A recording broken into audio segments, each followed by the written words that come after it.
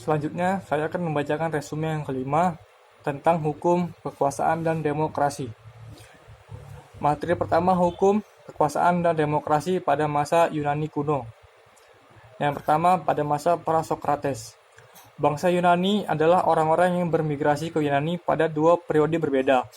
Pertama pada zaman perunggu, dan kemudian migrasi orang Yunani Helen pada masa awal zaman besi melalui invasi Doria. Orang Yunani kuno memiliki banyak bentuk pemerintahan, karena ada banyak negara kota di Yunani kuno, dan masing-masing memiliki sistem pemerintahan tersendiri. Selain itu, gagasan tentang pemerintahan yang baik juga terus berubah seiring dengan waktu. Lalu yang kedua, zaman Sokrates. Pada 469 sebelum Masehi, lahirlah Sokrates yang kemudian menjadi filsuf terkemuka, yang kritis dan tidak mudah percaya dengan sesuatu apapun tentang kebenaran.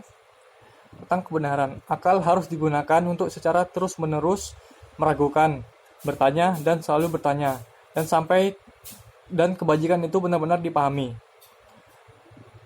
Sokrates menjawab pertanyaan tersebut, sehingga orang yang bertanya membuat kehabisan pertanyaan. Karena dianggap sesat, Sokrates dijatuhi hukuman mati dengan meminum racun pada tahun 399 sebelum Masehi. Lalu yang ketiga, zaman Plato. Plato adalah murid Sokrates yang sangat cerdas. Ajaran Sokrates adalah sangat berpengaruh terhadap pemikiran Plato. Menurut Plato, negara ideal menganut prinsip yang mementingkan kebajikan.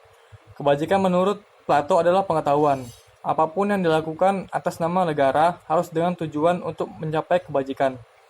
Atas dasar itulah, kemudian, Plato memandang perlunya kehidupan bernegara. Yang terakhir, pemikiran Aristoteles. Aristoteles adalah murid Plato di akademi. Dikenal sebagai pemikir empiris realis, berbeda dengan Plato yang berpikir utopis dan idealis. Ada yang berpendapat pemikiran Aristoteles adalah bentuk protes terhadap pemikiran dan gagasan Plato. Selanjutnya, hukum, kekuasaan, dan demokrasi pada abad pertengahan. Sejarah filsafat abad pertengahan dimulai kira-kira pada abad ke-5 sampai awal abad ke-17. Para sejarawan umumnya menentukan tahun 476, yakni masa berakhirnya kerajaan Romawi Barat yang berpusat di kota Roma, dan munculnya kerajaan Romawi Timur yang kelak berpusat di Konstantinopel yang sekarang Istanbul. Sebagai data awal, zaman abad pertengahan dan tahun 1492 sebagai data akhirnya. Ciri filsafat abad pertengahan. Filsafat abad pertengahan dicirikan dengan adanya hubungan erat antara agama Kristen dan filsafat. Agama Kristen menjadi problema kefilsafatan karena mengajarkan bahwa wahyu Tuhanlah yang merupakan kebenaran yang sejati.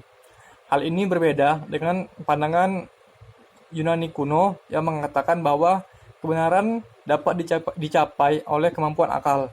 Mereka belum mengenal adanya wahyu